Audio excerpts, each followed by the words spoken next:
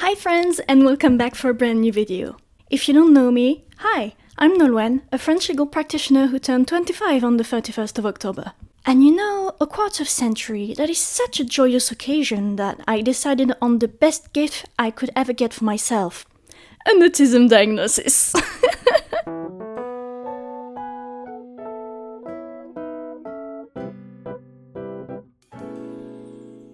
While this diagnosis may not come as a surprise for you, especially if you follow my content on social media, I still believe it is important to talk about it. And of course, I'm going to start from the beginning.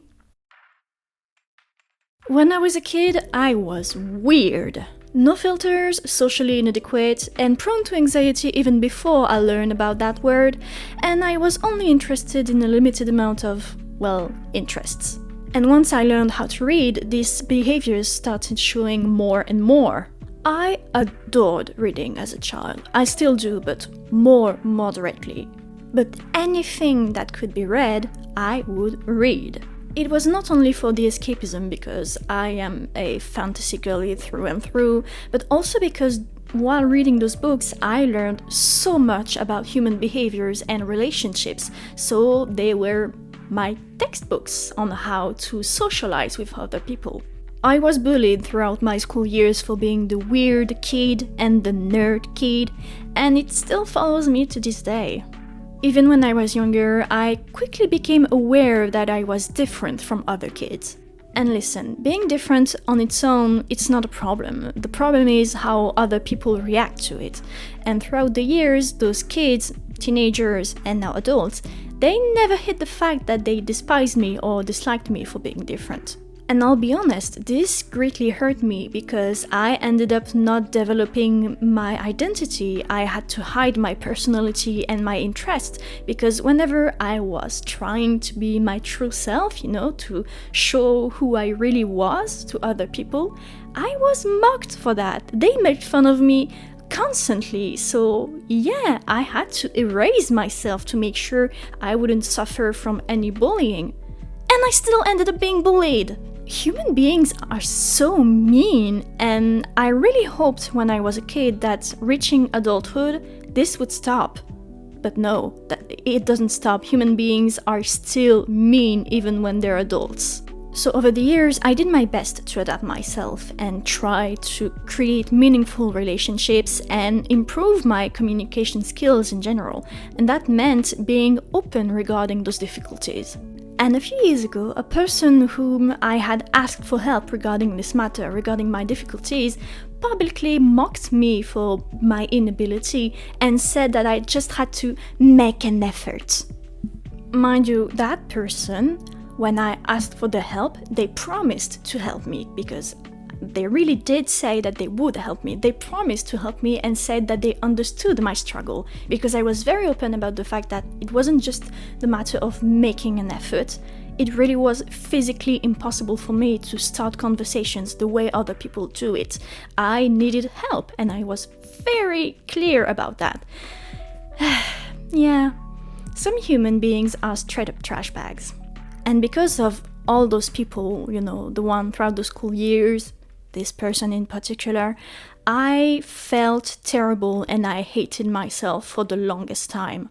I felt awful for being unable to be normal, and I thought I was a sore loser for being unable to fit in and behave like normal people. I used to literally think, what is wrong with me? Why can't I learn like other people? Am I just being lazy? Do I just suck at this? But guess what? It wasn't my fault. I wasn't broken and I didn't need to be fixed. And honestly, I don't blame younger Nolwenn for that because, she didn't know. I didn't know. But now I do. And it's only during my master's degree that I started thinking, what if it wasn't a matter of not working hard enough? What if it wasn't my fault? What if there was another reason for all of that? College was hard for me. I do not regret going to college, but if I had to do it all over again, I'm not sure I would go back. Let's be honest, it destroyed my mental health because of all the pressure I was experiencing and the terror of failing. I talked a bit more about this experience, my experience with college, in my video about Radio Silence by Alice Osman if you're interested in this bit of my life, and maybe this might sound familiar to you, so you can go check it out if you want. And my master's degree was the hardest part of my college years. I burned myself out, both physically and mentally, because I was so afraid of failing and then not being able to get a good job. Yeah, capitalism truly is the bane of my existence. But hey, I succeeded! I got a job that I liked nonetheless. But here's the thing, my little sweet baby. I never recovered from my college years. In fact, I didn't even recover from my childhood and teenagehood. So when my job became both mentally and physically draining, well, this baggage, all those years, basically 22 years of existence, it started to show. In a terrible way. Then, in 2023, the cherry landed on top of the cake that was made of rotting leftovers. My grandfather on my dad's side said, "Solo!" and everything went downhill from that. Side note, it wasn't my grandfather's choice to pass away, but his death was quite traumatizing for my whole family and, well, of course, myself, so yeah. Sorry, Grandpa. The cracks became gaps, and in August 2023, I broke down. I met my current general practitioner for the first time, and I just cried like a baby in her office. And with that appointment, I discovered that depression, anxiety, and burnout were now my new besties. And given that my general practitioner takes me very seriously regarding my mental health, I decide to tell her that I have doubts, that I've been secretly researching autism symptoms because I've heard about it, and well, I was curious and I wanted to know who I am. She wrote that information down but didn't bring it up right away because I had to already begin a journey, a very difficult journey of recovery regarding my depression and burnout, as those were basically the priority back then. That was urgent, I needed to take care of it, so I didn't deal with it immediately. However, in February 2024, well, I hit a wall. I did get better, but I was unable to go any further and I was unable to truly heal. Worse, I kind of relapsed and we had to increase the dosage of my antidepressants. That's when my general practitioner decided it would be wise to see a psychiatrist to get a more specialized opinion. She suspected that something bigger was at play, which would explain why I was unable to fully heal. And then she told me to contact the Center of Resources for Autism and send them my case. I'm going to refer to them as CRA throughout the whole video to shorten it. This center, following its name, is specialized in autism, from diagnosis to simply following patients both medically and socially. The main goal by sending my file was to try and get an appointment for a potential diagnosis. After that, I did what my doc told me. I sent my case to the CRA and I always kept a copy with me. I also contacted a center for mental health and I was given an appointment with a psychiatrist in April 2024. In the meantime, I decided to be proactive and I started going to therapy with a shrink who is specialized in autistic spectrum disorder. And man, oh man, I gotta talk about it. Side note, my therapist is amazing and she truly has helped me a lot during those past months. I just want to point out that during the very first appointment that we had together, I did not tell her right away regarding my doubts about my potential autism. I took the time to paint a general picture of myself before I dropped the bomb. And when I said it, she laughed.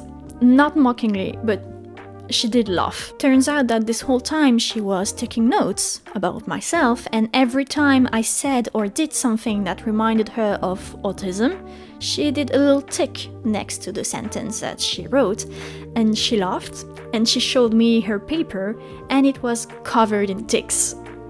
This first experience was actually very reassuring, and her suspicions grew even more with each appointment. It must be noted that this whole time, while I was drowning in my doubts, I was also on a chokehold thanks to my imposter syndrome. I was terrified of being wrong, of exaggerating things, of inventing problems for myself. I was so scared of being this way without any explanation, and especially with nothing to get better, because if there was nothing behind my behavior, if I was just like this, then I would receive no help to feel better, and I was terrified of that. And yet, the signs kept coming. In March 2024, the CRA responded to me and said that upon reviewing my file, I was eligible to take the tests and get a potential diagnosis. Since the CRA is a public establishment, I knew I wouldn't be able to take the test right away, but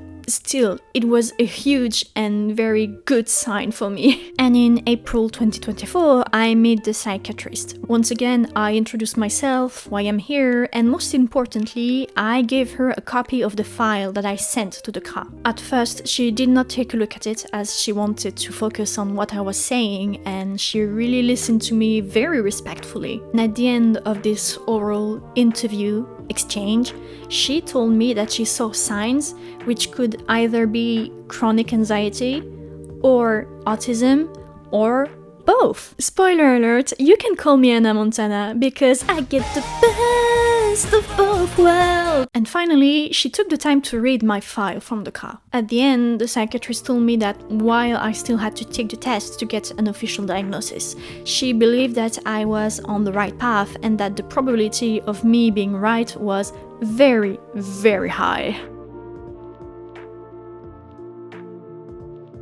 And that unofficial confirmation truly liberated me of a major part of my doubts. Several professionals specialized in the matter noticed the signs that told me that they were there. I wasn't inventing it! And well, all I could do now was wait for a date from the CRA to take the tests. Unfortunately, in August 2024, when I called the CRA to get some news, they told me that the waitlist to get an appointment was around 2 years, and for various reasons, I was unable to wait that long. So despite the tremendous fear I was experiencing, I took a leap of faith and decided to pay to take the tests and get a diagnosis much quicker. In September, I got an appointment to take the tests. I did so 2 weeks later, and 1 week after taking the test, I got the results. And the results are, yeah girl is autistic! Turns out I passed the tests with a great grade. Valedictorian till the end, baby!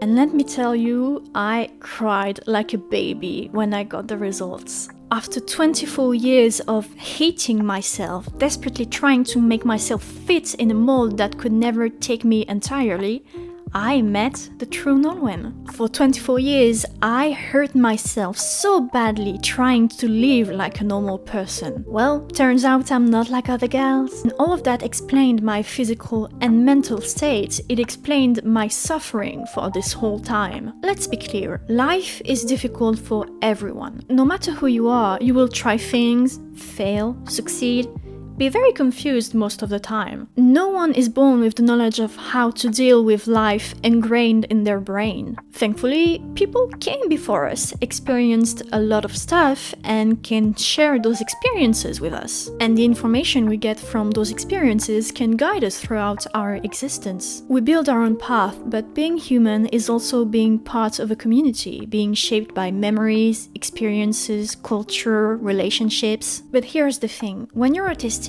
having access and or understanding those elements, it can be really difficult. To put it bluntly, when you're autistic, especially when you're undiagnosed, it's like playing the game Fear and Hunger for the first time in your life.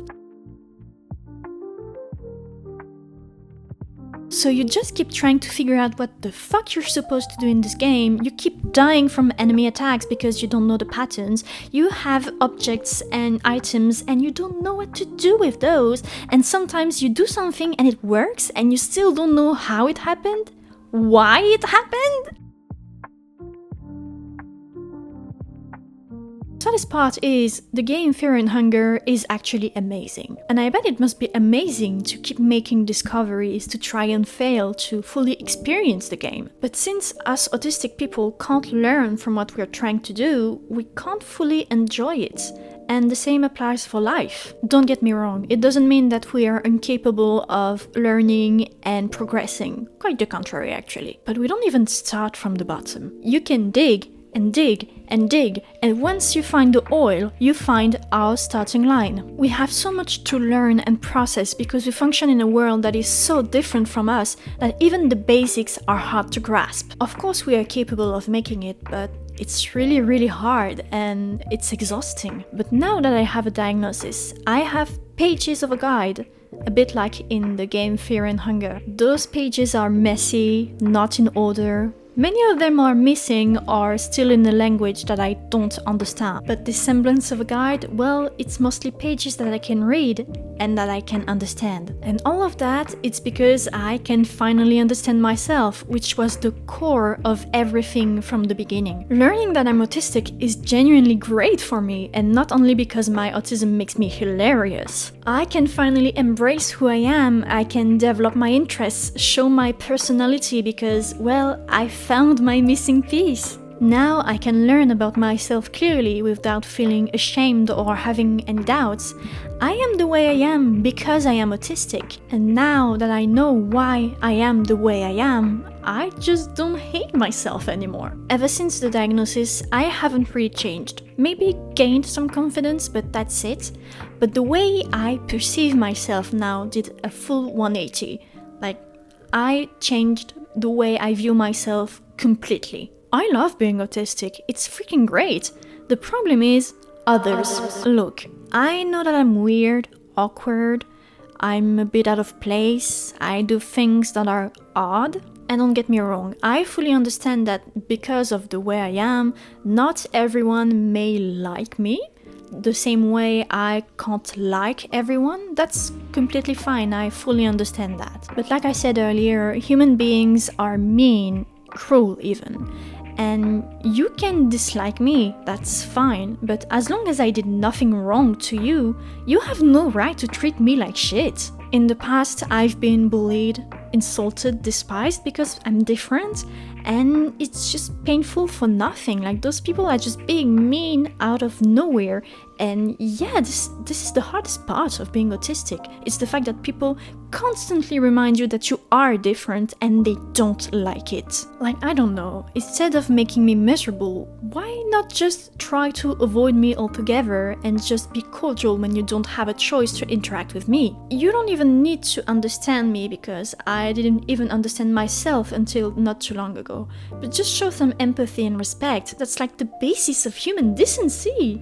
Don't be a jerk! Despite all this, I am fully aware of how lucky and privileged I've been. I suffered a lot, and I still do a little bit, but now I have all the tools to get better. Each healthcare professional has been very kind to me, took me seriously, was very respectful to me, which, trust me, I know it's not always the case, but this time I've been extremely lucky. Really amazing stuff from the beginning to the end. Amazing people. I'm really grateful for them, and much love to my therapist. How do you do that?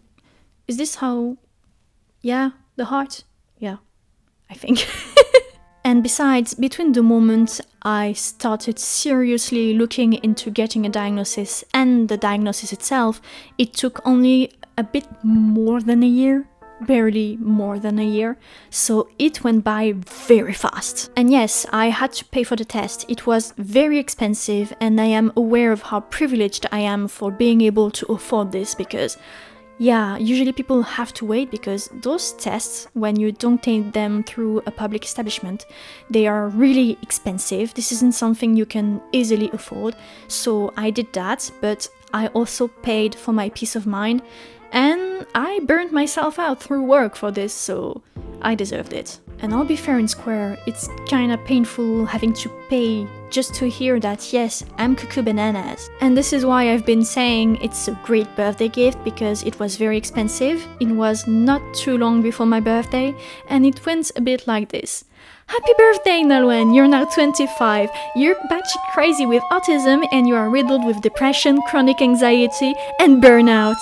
Yay! But hey, now that I know, I can finally start healing the damage caused by 24 years of trying to be normal. And it will take time. My mental health is objectively much better now, but my physical health just decided to leave the chat. I am so wasted, you guys. It's insane. It's mostly the reason why I am not very active on my YouTube channel. Like, generally speaking, all of my hobbies, I've been putting them aside. Even reading. I finished reading A Day of Fallen Night after 2.5 months. I wasn't reading every day, but I finally finished it. That's insane! I wasn't even able to read until a few months ago. I was so completely drowned in my burnout and my depression that everything that I loved, I didn't want to do anymore. And now I've read A Day of Fallen Night, more than 800 pages of high fantasy. Have you ever read a book by Samantha Shannon? It demands so many brain cells to follow, and I finished it. And I loved it. It was insane. I'm so proud of myself. I am making progress. I am making it! But hey, not all is lost. After all, the worse my mental health, the funnier I am. And to end this video, what's better than a compilation of my favorite memes regarding my autism? In the meantime, I hope you guys enjoyed this video. If you did, please leave a like, comment, subscribe, and share with a friend. Who knows, this might be their sign for them to get a diagnosis. That's like my birthday gift to you. So take care, and I'll be seeing you around. Bye! It's my first time making someone, so he might be a little bit off.